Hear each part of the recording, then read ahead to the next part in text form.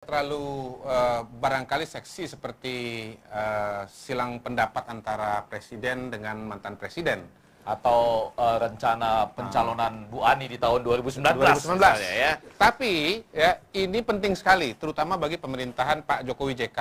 Iya. Karena kalau kita ingat dulu Pak Jokowi itu kalau kampanye ya modalnya itu jualan kartu. Iya. Iya, kartu Indonesia Sehat dan kartu Indonesia Pintar. Sabar dulu. Ah. Kalau yang belum dapat kedua kartu itu, ada kartu ketiga. Apa itu? Kartu Indonesia Sabar. Ya, gitu, Iya. Oke, jadi malam hari ini kita akan bicara tentang kartu Indonesia Sehat, ya. BPJS. Persisnya BPJS, Ya. Ada rencana kenaikan iuran BPJS. Nah, sebetulnya topik ini penting karena apa? Indobarometer pernah melakukan survei nasional pada setahun pemerintahan Jokowi JK, dan menurut hasil survei tersebut nanti akan ditampilkan. Ternyata program yang dianggap paling berhasil oleh masyarakat nomor 1 itu adalah kartu Indonesia Sehat, ya. Jadi ada sekian banyak program pemerintah yang dianggap berhasil, ya. Ada pemberantasan korupsi, ada kartu Indonesia Pintar, ya, ada infrastruktur. Tapi nomor 1 adalah kartu Indonesia Sehat yang manifestasinya itu adalah BPJS. Ya, memang sebetulnya BPJS itu sendiri sudah dimulai dari Undang-Undang Nomor 40 tahun 2004. Jadi sudah dirintis oleh Bu Megawati, disiapkan oleh Bapak SBY, dan kemudian sesuai namanya BPJS. Baru Presiden Jokowi yang siapkan detail-detailnya. Oh iya, itu kepanjangan dari BPJS ya. Nah, sekarang kita pengen diskusi nih dari dua perspektif ini, setuju dengan tidak setuju. Nah, di acara Anda ini dari wajahnya kelihatannya kurang setuju ya? Kenaikannya maksudnya? Wajah saya memang agak kontra, memang agak kurang tidak setuju ya, Pak. Iya, Tapi begini, kita mau dengar ya. Ini ada teman-teman dari mahasiswa Universitas Paramadina, ya. Nah, kita tanya nih. Ya, kita tanya. Teman-teman Universitas Paramadina setuju atau tidak setuju kenaikan iuran BPJS Kesehatan? Tidak setuju. Oh, tidak setuju. Apa kira-kira satu alasan tidak setuju? Karena begini Pak, masih ada peserta yang mengikuti BPJS itu masih mendapatkan pelayanan yang buruk. Pelayanan yang buruk? Ya. Jadi karena pelayanannya masih buruk, jadi jangan naik dulu lah, kira-kira begitu ya? Jangan naik dulu, Baik. Pak. Sebetulnya begini, ada beberapa alasan kenapa iuran BPJS sebaiknya tidak naik dulu, ya. Yang pertama adalah, ya, memang kita memahami bahwa realisasi anggaran untuk BPJS tahun 2014 dan tahun 2015 mengalami defisit. Ya, artinya yang dikeluarkan oleh pemerintah dananya lebih banyak, ya. Tapi mengingat manfaatnya yang begitu besar, ya, dan ini salah satu janji utama Pak Jokowi, mestinya harus dicari jalan supaya program ini tetap bisa dilaksanakan tanpa harus naik. Setuju atau setuju? Setuju dong. Setuju. Setuju ya. Jadi kita lihat tadi ini program sudah merupakan program yang dianggap berhasil. Yang kedua, ya, pemerintah harusnya punya cara untuk menambal kekurangan anggaran yang ada, ya. Bisa dari misalnya pajak, dari undang-undang pengampunan pajak, ya, atau mengambil dari sektor yang lain, ya. Karena kesehatan itu nomor 1, ya. Orang kalau nggak makan 3 hari masih bisa tahan, tapi kalau orang sakit, nah, sehari juga bisa lewat, ya. Yang ketiga, ya, sebetulnya salah satu persoalan yang penting dari iuran BPJS ini adalah masih banyak yang belum membayar. Kalau semuanya membayar, mestinya anggaran yang dikeluarkan tidak terlalu defisit. Itu poin-poin kenapa kita tidak setuju dengan kenaikan iuran BPJS. Itu poin kami, Bang. Ya. Ya.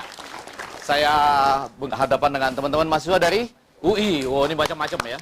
Ada FISIP, Fakultas Hukum, Ekonomi, dan lain segala macam ya. Jadi ini kita tepat sekali, karena saya yakin ini memang masalah yang agak sensitif, tapi kita bahas ilmiah. Ya, nah saya kebetulan termasuk bersama beberapa teman-teman dulu dari UI, ada juga Bang Makrun dan lain-lain, yang membuat itu tagline-nya.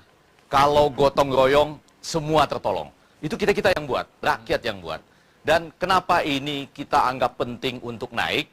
Kita jangan mengganggu memang ya, yang misalnya sekitar 92 juta penerima bantuan iuran atau PBI, itu kita jangan ganggu. Memang adalah tugas negara buat melayaninya, gitu ya. Tetapi kita sedang berbicara mengenai barangkali 15 juta yang mandiri, yang bukan penerima bantuan iuran. Bagaimana teman-teman? Anda setuju kenaikan? Setuju. Yang agak kenceng, jangan ragu-ragu. Setuju. Setuju, boleh. Ada alasan? Silakan.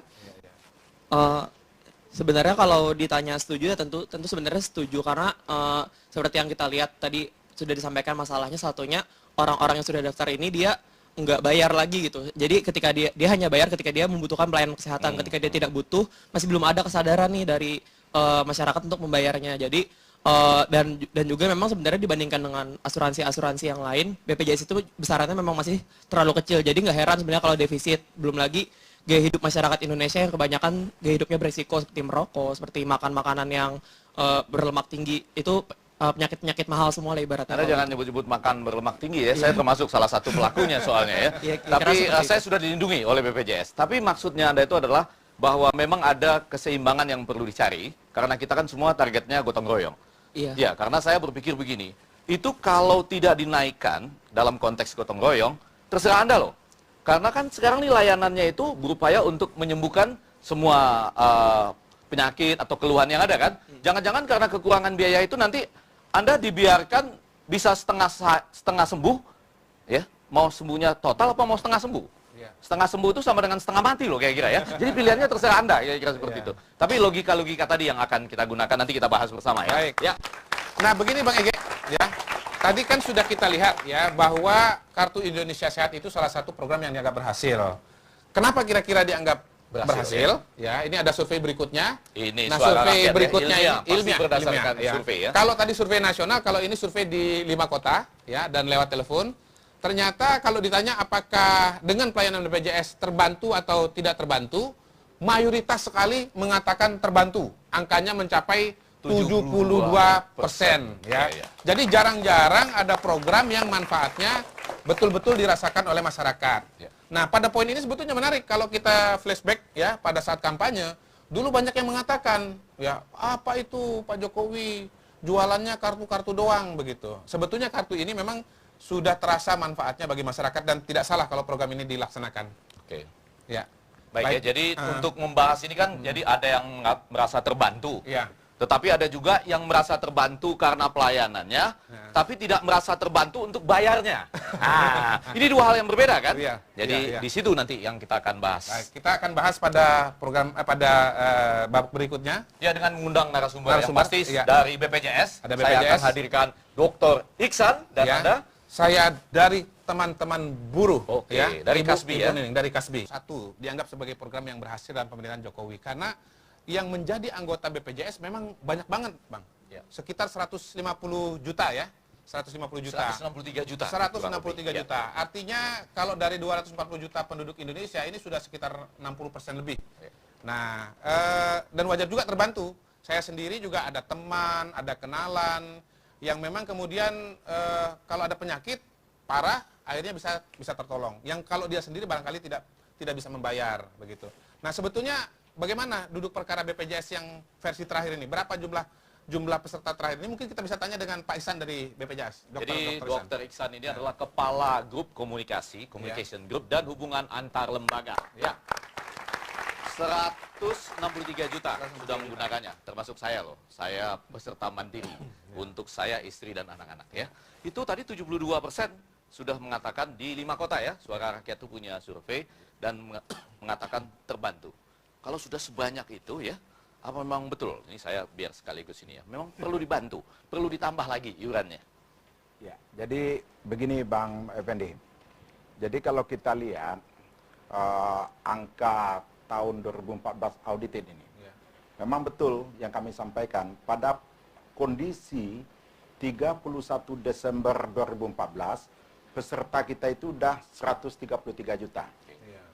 Dari 133 juta itu yang sudah menggunakan 92,3 juta. Mulai dari rawat jalan tingkat pertama, rawat jalan tingkat lanjutan, dan rawat nginap. Totalnya sudah 92,3 juta. Kemudian di tahun 2015 per 31 Desember kita sudah punya peserta 156. Kondisi Maret ini peserta kita betul yang Pak Effendi sampaikan tadi, 163 juta. Sampai ini hitungannya belum audited ya Pak Effendi ya.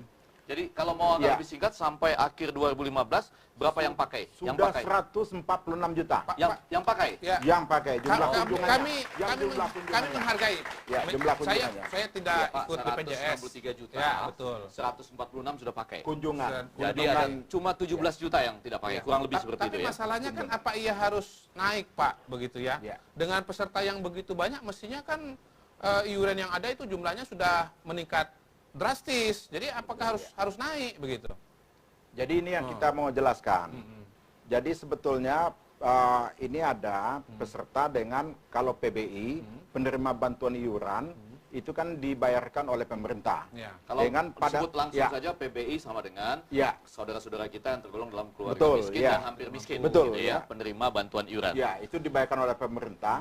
Pada saat tahun sebelumnya atau sebelum Perpres 19 2016 iurannya sebesar 19.225. Ya. Dan kemudian kondisi itu di tahun 2014 kita juga ada peserta non PBI. Ya. Dan peserta non PBI itu di tahun 2014 ini Pak Kodari dan Pak Ya. Effendi itu ditargetkan sesuai roadmap DJSN itu hanya 600.000. 600.000. Tetapi yang mendaftar itu sebanyak 9 juta. 9 juta. 9 Nah, juta dan kita tidak ya. tolak BPJS itu Nah, begini. berwenang Di menolak. sini ada gitu. Ibu Nining ya, Ya. dari Kasbi. Ya. Kasbi kepanjangan apa, Bu? Konfederasi Kongres Aliansi Serikat Buruh Indonesia. Waduh, panjang banget, Bu ya. Agak intinya organisasi buruh lah kira-kira begitu. Teman-teman buruh ini termasuk yang PBI atau non PBI? Non PBI. Non PBI. Nah, Ibu setuju atau tidak setuju dengan kenaikan iuran BPJS? Iya, kalau kita Setuju bicara, atau tidak dulu, Bu? tentu Konfederasi Ya. Kasbi tidak Hah? bersepakat ya Tidak atas setuju? rencana pemerintah Ya. untuk menaikkan Iuran. kenaikan iuran Iya. per 1 April ini. Ada punya berapa alasan, Ibu? Tidak setuju. Pertama gini, Nah, kalau berapa kan alasan dulu, Bu? Saya tanya, Bu, ada berapa alasan? ada 4 alasan. Ada 4. Nah, karena 4, Bu, Ibu nggak bisa duduk di sini. Ibu harus nyebrang ke sini. Nah, Ibu Ya. tolong berdiri di sini. Nah, jelaskan kepada timnya Pak Ege ini, ya, teman-teman dari UI ini, ya, yang setuju dengan kenaikan iuran BPJS. Tolong Ibu jelaskan, kenapa harusnya mereka menolak? Iya, pertama kenapa kita menolak kenaikan iuran BPJS? Iya. Harus dilihat dulu.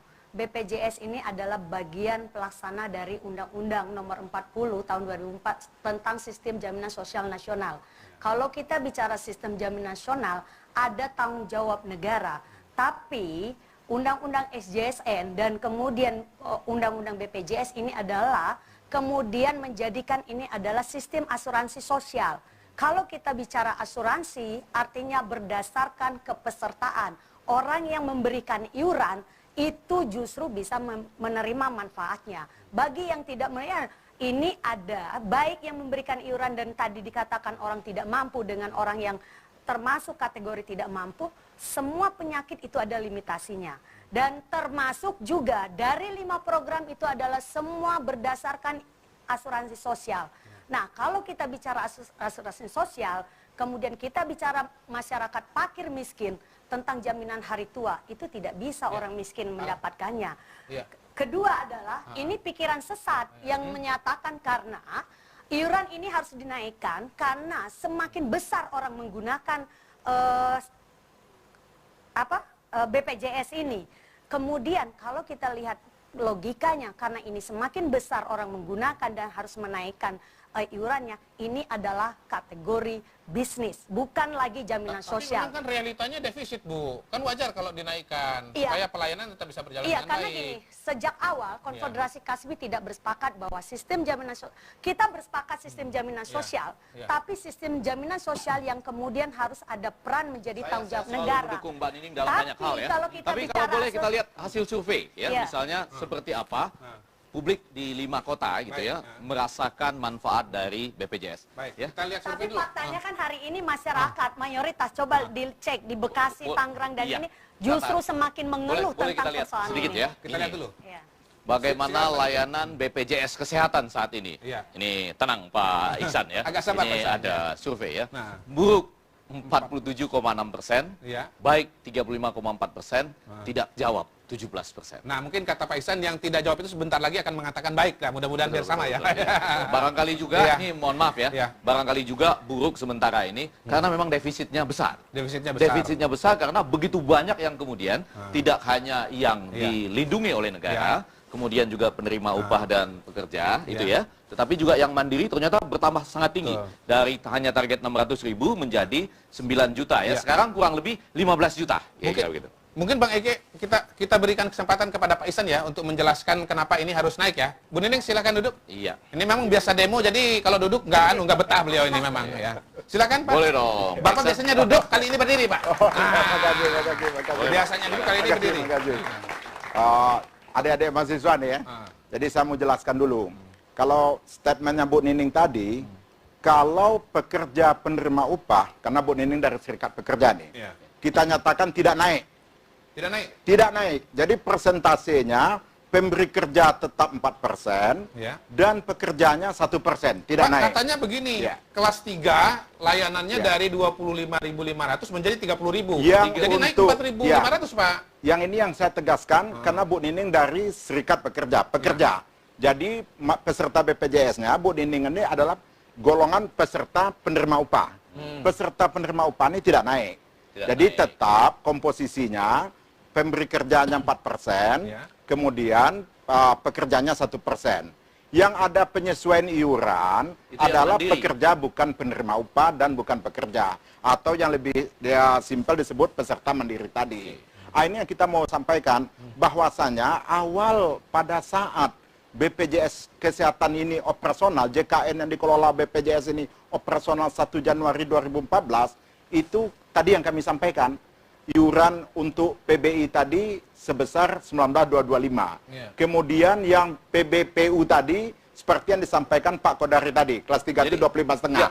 Jadi intinya saya mau tegaskan bahwasanya memang pada saat itu kita tidak sepakat dengan istilah defisit, kita menyebutnya mismatch. Jadi istilahnya ini sudah kita prediksikan bakalan akhir tahun itu akan tidak ada kecocokan ini jumlah iuran dengan tidak disebut di defisit, tapi mismatch. Tapi habis mismatch, defisit lagi gitu ya. Ini bukan kenaikan, tetapi penyesuaian. Jadi saya menjelaskan sedikit aja. Tapi menarik, kalau boleh kita tunda karena ada dua hal. Yang pertama, buat teman-teman serikat buruh ya, para pekerja itu tidak naik. Naiknya bagi yang mandiri tadi ya. Jadi ini sudah jelas ya. Jadi kalau mau menolak, jangan menolak yang bagian itu. Sesudah itu kita akan lihat lebih lanjut lagi yaitu tentang ada survei berikutnya. Bang Fendi, apa bukan bicara hanya penolakan untuk kepentingan kaum buruh saja, tapi adalah kalau kita bicara dengan secara mandiri, banyak masyarakat yang hari ini tukang ojek, kemudian pedagang yang kemudian juga bagian dari harus menunggu bagian berikutnya, Bu Nining. Kita tunggu hasil survei layak atau kalau tidak. Kalau demo boleh lanjut terus, Bu, tapi kalau acara TV ada yang ditunggu dulu. Silakan Pak Ihsan. Kita akan kembali setelah pesan-pesan berikut ini. Nanti di Suara Rakyat. Bang Ege, mungkin ada yang mau diteruskan? Iya, ini penting tadi ya, walaupun sudah ada data dan perkembangan, diskusi yang menarik. Tapi saya lihat Pak Ihsan tadi belum selesai, terpotong. Daripada nanti terjadi mismatch. Jadi silakan Pak Dr. Ihsan. Tambah sedikit lagi. Jadi ini adik-adik mahasiswa ya, yang saya sampaikan mismatch tadi. Jadi pada saat pertama memang mulai operasionalnya JKN KIS tadi, itu perhitungan iuran memang belum dihitung secara keekonomian lah, harga keekonomian. Tetapi walaupun begitu, kita BPJS Kesehatan tidak pernah terlambat membayar rumah sakit. Demikian juga di tahun 2015, karena ada suntikan dana dari pemerintah. Dalam ketentuan regulasinya, apabila kita kekurangan dana tadi, itu ada 3 opsi. Opsi pertamanya, pengurangan manfaat, tidak mungkinlah itu akan diambil sebagai opsi pemerintah. Kenapa? Karena ada cuci darah, ada cuci darahnya setengah aja ya misalnya. Suntik jantung, itu tidak mungkin. Kemudian ada opsi suntik dana tadi atau bantuan dana tadi. Kalau suntik dana, kalau sering juga bengkak nanti Pak. Kemudian yang ketiga, penyesuaian iuran tadi. Perpres nomor 19 2016 tadi sudah mengakomodasi kondisi BPJS Kesehatan tadi dari sisi penyesuaian iuran. Jadi disesuaikan secara proporsional. Boleh nggak tanya Pak PBI, Ihsan? Boleh ya. nggak tanya Pak Ihsan? Apakah BPJS tidak minta kepada pemerintah, tolong kami dikasih dana banyak, dikasih dana tambahan? Kan pemerintah punya dana macam-macam. Betul. Ini untuk Hasan, bangun jalan bisa, ini Pak Kodariza bangun sampaikan jembatan sedikit. bisa. Betul. Ini buat membangun orang loh Pak. Betul, Gitu. ini saya Kesehatan sampaikan. tuh infrastruktur, Sedikit saja saya ya. sampaikan. Oh, iya. Jadi ini saya sampaikan, penyesuaian dana tadi, Perpres 2016 ini sudah dilakukan perhitungan secara proporsional. Ini saya lihat Berapa mahasiswa ini masih pemerintah silakan. menaikkan PBI-nya, berapa pemerintah menyesuaikan PBPU-nya, dan kemudian pemerintah juga jaga-jaga untuk kalau seandainya ini potensi mismatch-nya tadi masih ada, itu tetap ada mekanisme suntikan dana tadi. Pak, Halo, kalau ya, misalkan silakan. itu terjadi mismatch gitu, bagaimana kalau yang mismatch tadi itu dikelola dengan baik? Apakah itu akan mengurangi defisit gitu loh? Ya, ini yang kita lakukan. Jadi artinya secara manajerial pasti BPJS Kesehatan melakukan pengelolaan keuangannya secara baik. Dan ini juga kita sampaikan. Kita juga institusi yang diaudit nih Pak Effendi Ghazali. Kita ada sudah 23 kali dengan predikat keuangan wajar tanpa pengecualian. Tahun 2015 itu istilahnya Wajar WTM. tanpa Pengecualian. Kalau 2014 itu istilahnya WTM. Wajar tanpa modifikasian. Itu kita sudah institusi mulai dari Askes sampai ke BPJS Kesehatan Pak Ihsan, kita harus operasional. segera Ya. menuju ke hasil survei. Ya. Tapi sebelumnya saya hanya ingin memastikan. Tadi Pak Ihsan menyebutkan tidak pernah terlambat membayar rumah sakit. Betul ya. Itu betul ya? Betul ya. Karena kalau di luaran kita dengar banyak. Betul katanya yang terlambat membayar rumah sakit. Enggak ya? Sekali lagi kita tegaskan tidak, Pak. Karena ada regulasinya. Tapi Kita kenapa akan rumah sakit membayar katanya masih suka menolak atau enggan melayani pasien dari BPJS, Pak? Kalau dibayarnya tepat waktu.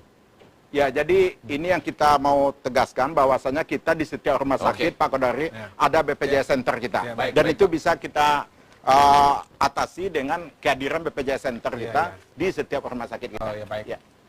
Survei berikutnya kita Kita saksikan. melihat layak atau tidak Oh, iya, naik iya. kenaikan ya. Ya, jadi ada pertanyaan, ya ini survei di 5 kota, pantaskah BPJS Kesehatan dinaikkan?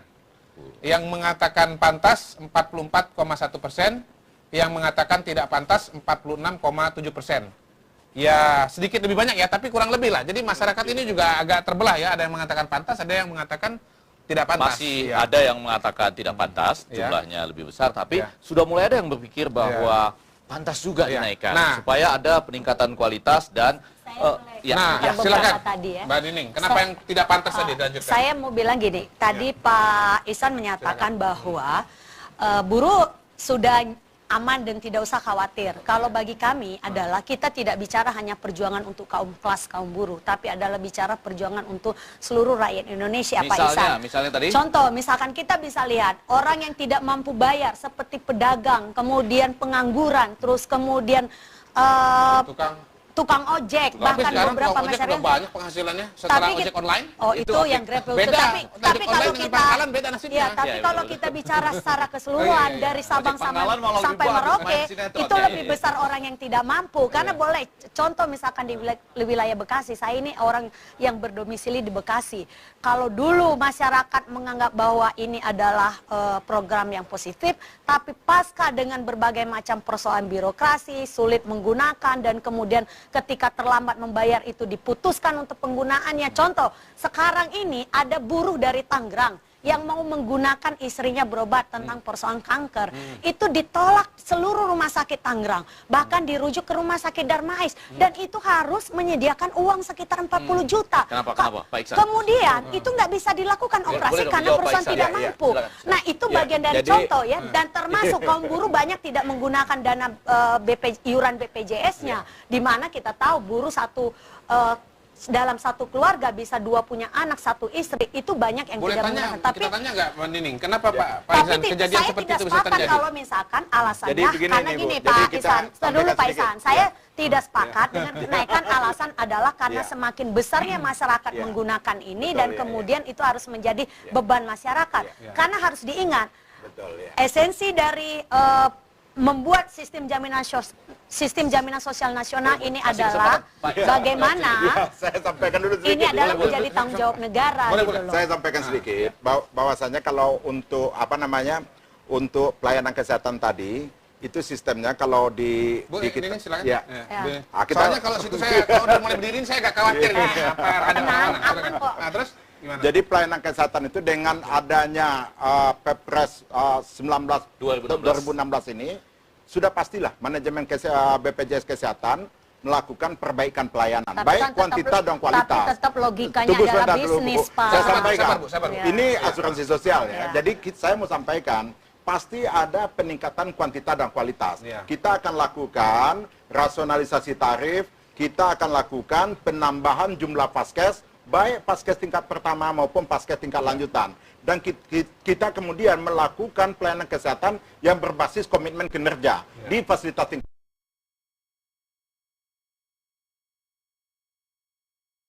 Yang kita sebutkan bahwa sistem di kita itu kan ada rujukan berjenjang. Iya. Jadi ibu atau keluarga yang mengalami yang sakit tadi terdaftar di puskesmas yang di mana mereka Tapi yang terdaftar. menarik dari Ya. poin ini adalah Ya. memang akan ada perbaikan. Betul, ya. Tapi yang disampaikan Ibu Nining penting. Karena peserta mandiri itu kan harus bayar sendiri bersama dengan keluarganya. Misal tadi diambil contoh tukang sate. Iya. Itu kan agak sulit karena dia tidak termasuk kalau dia membiayai diri sendiri, Anak, satu dua- istri iya. dan Dua dua anak misalnya. Yang mungkin masih tertolong tuh tukang jamu. Karena dia menyediakan sendiri obatnya gitu ya. Kalau masuk angin, jamu tolak angin. Kalau batuk, jamu tolak batuk gitu. Bahkan ada juga yang mewariskan jamu buat anak-anaknya. Jamu tolak IPK yang jelek ada juga.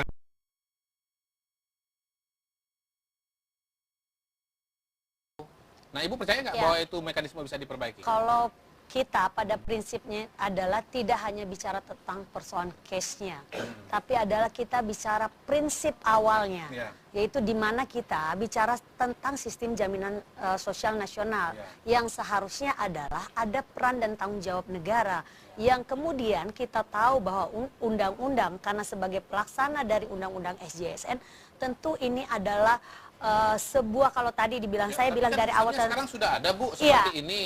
Bagaimana cara Iya, memperbaikinya? justru seharusnya pemerintah juga harus melihat, karena ini ada sebuah persoalan yang besar, mulai dari konsepsi sampai implementasinya, ini juga harus dipikir ulang Ibu oleh Nining, pemerintah. Gini, sementara ini kan keluarga miskin dan hampir miskin sudah tercover. dijamin oleh negara. Ya. Jumlah kurang lebih 92 juta. Tapi saya sependapat bahwa di antara yang mandiri ini, masih banyak teman-teman kita yang belum tentu punya penghasilan tetap. Ya. Pada kondisi tertentu, dia belum tentu juga bisa bayar, ya kan? Ya. Sate, Pak. Ya, atau tukang es lah, ya. Kalau di musim kemarau, itu lumayan. Pas musim hujan ini, Pak, belum tentu bisa bayar, Pak. Iya. Soalnya yang minum es jarang, Pak, itu ya misalnya. Pada pilek semua. Nah, bagaimana itu? Apakah dalam kondisi tertentu nanti dipikirkan di masa depan bahwa teman-teman yang termasuk dalam kalangan mandiri atau bukan penerima iuran ini, itu juga pada saat tertentu bisa dilindungi ya, dalam arti Saya punya kalau satu tidak pertanyaan mampu begini, bayar. Bu Nining, Jalannya kan saya punya gini. satu pertanyaan. Tolong dijawab dengan jujur, Bu, ya. Dengan jujur, ya. ya, Nah, dari tadi kan saya jujur Jujur, saya kan? jawabnya, Pak. Iya, saya Begitu. tahu, cuman menanyakan saja lagi. Iya.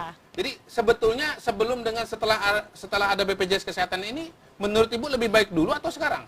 Kan Iya. lebih baik kan, banyak yang dibantu kan? Sebenarnya kalau kita bicara, kalau kata lebih baik, saya harus mengakui itu Mengakui? tidak jauh lebih Oh, baik. lebih baik. Oh, tidak jauh lebih baik. Tidak jauh lebih baik Tidak ya, jauh lebih bukan baik. berarti Tidak jauh lebih baik. jangan Tapi diartikan lebih baik. bahwa oh enggak, dia justru lebih menjadi degradasi, menjadi penurunan. Kenapa? Nah, karena gini, Kan kita banyak orang sekarang senang karena bisa berobat, dulu nggak bisa gitu. dari 5 program yang sekarang diikuti, yang kemudian semua cost sharing, Ya. karena sistemnya kan cost sharing. Ya. Artinya dari 5 program ini harus berdasarkan kepesertaan, harus mengiur. Bagi orang memberikan iuran itu bisa menikmati. Ketika kalau kita bicara tentang jam sostek pada saat itu, ada beberapa program yang tidak Bu dibayar Nining, oleh Bu kaum Nining, buruh kalau dan tadi kemudian dokter menjadi tanggung Iksan yang jawab. bicara, Ya. sekarang Iksan mahasiswa UI yang bicara. Iksan Ya, mahasiswa. Iya, cuma sebenarnya saya pengen nanggapin yang masalah masyarakat. Mungkin kalau misalnya yang tadi kayak tukang sate dan sebagainya itu sebenarnya kategori masyarakat rentan. Memang sistem PBI kita itu masih mengcover masyarakat yang miskin, nah masyarakat rentan ini yang menjadi pertanyaan. Jadi sebenarnya kalau karena alasan itu menolak kenaikan PBI menurut saya kurang tepat, karena kalau memang ingin memperjuangkan masyarakat yang rentan tadi, yang dia tuh nggak PBI, nggak miskin-miskin banget, tapi dia juga nggak kaya-kaya banget. Mungkin solusinya bisa memperbaiki standar dari PBI-nya, karena dari beberapa standar PBI yang saya baca itu memang standar PBI-nya itu sangat rendah. Mungkin standar PBI-nya harus direvisi karena bagaimanapun juga kalau bicara masalah undang-undang, masalah asas, benar salah satu asas dari BPJS itu adalah asas gotong royong, di mana yang mampu, yang punya pendapatan lebih itu mengcover masyarakat yang pendapatannya di bawah, dan masyarakat yang jarang sakit mengcover yang masyarakatnya sakit. Ya kira gitu esensinya sebenarnya. Tapi kan Ini terjadi mahasiswa kelas saya Ya, nih, mahasiswa kelas saya. Ini calon dokter Ihsan berikutnya ini. Tapi kan yang terjadi realita kan tidak seperti itu. Ya. Tapi Kita setuju bisa ya lihat dengan ya. usulan Iksan. Gini, saya mau Penerima bantuan menyampaikan iuran itu harus bisa Gini. melingkupi teman-teman kita juga. penerima bantuan iuran orang yang miskin termasuk pakis miskin itu hanya persoalan kesehatan. Tapi ingat, dari 5 program itu hanya satu tentang jaminan kesehatan. Dan itu tidak mudah untuk mendapatkan bagi orang miskin. Ada syarat-syarat yang dibuat, yang dipakai oleh negara. Misalkan mari orang kita yang lihat, mari kita dari lihat nih, kapasitas ya. itu. Persoalan-persoalan Tuh. tadi sekarang. Nah, 3+. tapi kita harus lihat logika berpikir kalau kita bicara asuransi sosial maupun apapun namanya, ketika itu bukan jaminan sosial, itu bentuknya bisnis kan itu, dan itu akan Saya menjadi berharap ini. Bu Nining suatu saat menjadi Menteri Kesehatan atau Menteri Tenaga Kerja ya. Enggak, saya malah Mudah-mudahan berharap bisa membantu suatu saya. saat bisa menjadi kepala BPJS ya. Boleh kita lihat Ya. apa Dan hasil konfederasi survei. nggak berselera Betul. juga tentang hal itu kok. Iya, Kita boleh adalah dong. terpenting bagaimana mengedepankan kepentingan bangsa dan rakyat. Baik. Setuju, setuju. Nah, Ya. karena ini bicara tentang rakyat, Bu Nining, kita pengen tahu apa kata rakyat ya di 5 kota yang disurvei mengenai pelayanan kalau iurannya naik. Jika naik, apakah pelayanan BPJS akan lebih baik? 48% mengatakan lebih baik, ya. Ya memang mesti begitu ya, namanya naik ya harus lebih baik ya. Tapi yang menarik, Bung Ege, ada 29% yang mengatakan sama saja begitu. Kenapa sudah naik kok, tapi masih mengatakan sama Harus saja? diketahui persis Kelihatannya persoalannya ini apa ya. agak skeptis gitu. Mungkin responden ini mirip seperti Ibu Nining ya, mirip seperti Ibu Nining. Bagaimana kira-kira Pak Ihsan menjawab mereka yang skeptis ini? Biayanya naik, iurannya naik, tapi kira-kira akan sama saja. Bagaimana Pak Ihsan bisa menggaransi bahwa kenaikan iuran ini memang akan membuat pelayanan menjadi lebih baik? Ya. Dari aspek apa Bapak bisa Ya. memastikan itu atau menggaransi itu? Kita melihat Perpres 19 2016 ya, Ya. Pak Kodari ya. Ya. Itu kan memang ada dalam pasalnya dicantumkan. Ya. Jadi ada pasti perbaikan ada dari sisi kuantitas dan kualitas. Walaupun mungkin poin per poin tidak disebutkan, tapi dapat kita jabarkan. Ya. Nanti akan terjadi bisa kita lakukan rasionalisasi Dari tarif. kuantitasnya apa Pak? Contohnya Ya. yang akan diperbaiki Pak? Contoh, jumlah fasilitas pelayanan kesehatan. Rumah sakitnya maksudnya? Ya, tingkat pertama dan tingkat lanjutan. Oh, oke. Tingkat pertama itu sekarang ini sudah 20 ribuan. 20.000 jumlah fasilitas tingkat pertama. Ini Apa tuh Pak 20.000 tingkat pertama itu Pak? Artinya puskesmas, Puskesmas, dokter keluarga, strategi klinik.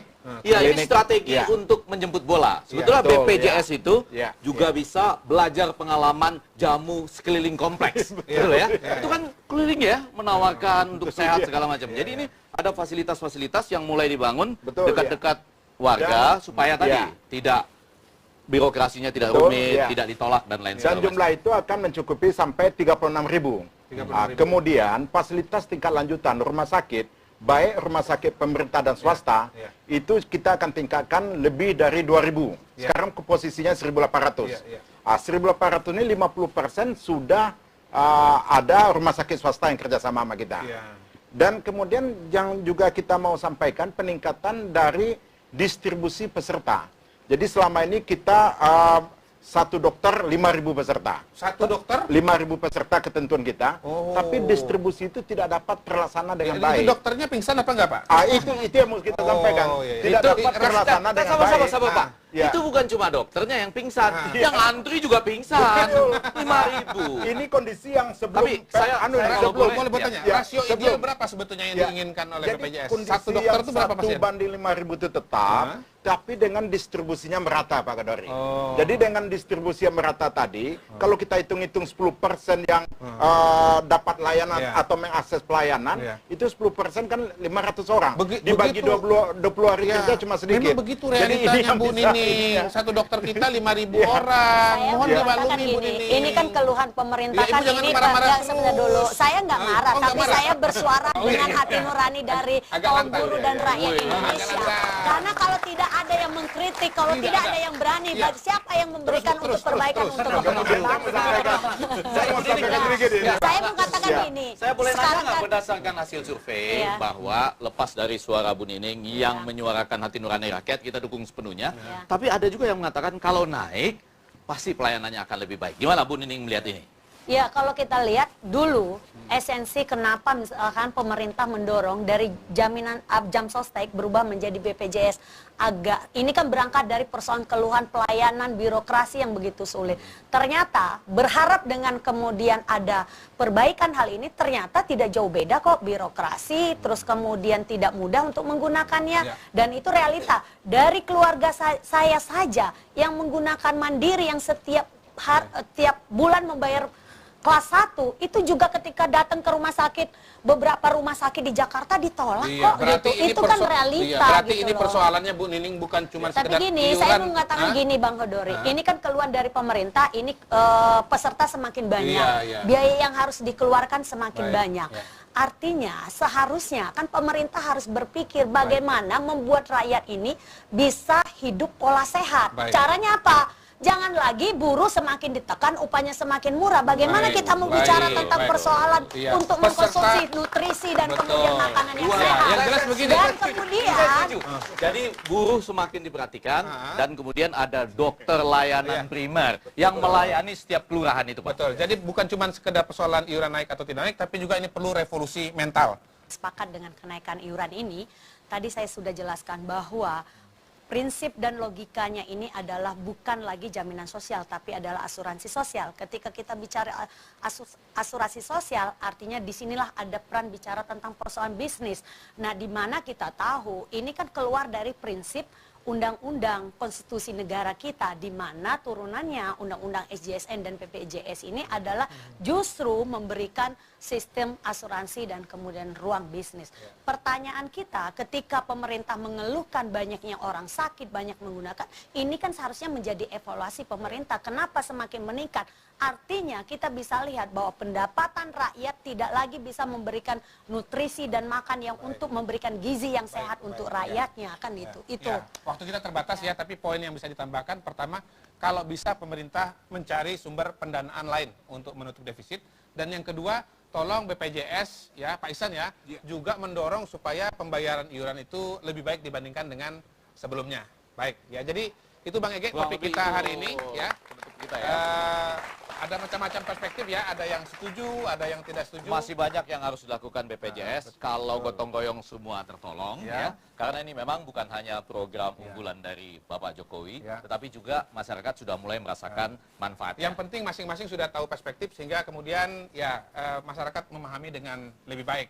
Ya, kita akan ketemu lagi minggu depan hari mungkin Senin. dengan topik-topik yang lebih menarik. Saya Muhammad Kodari. Saya Effendi Ghazali. Siapa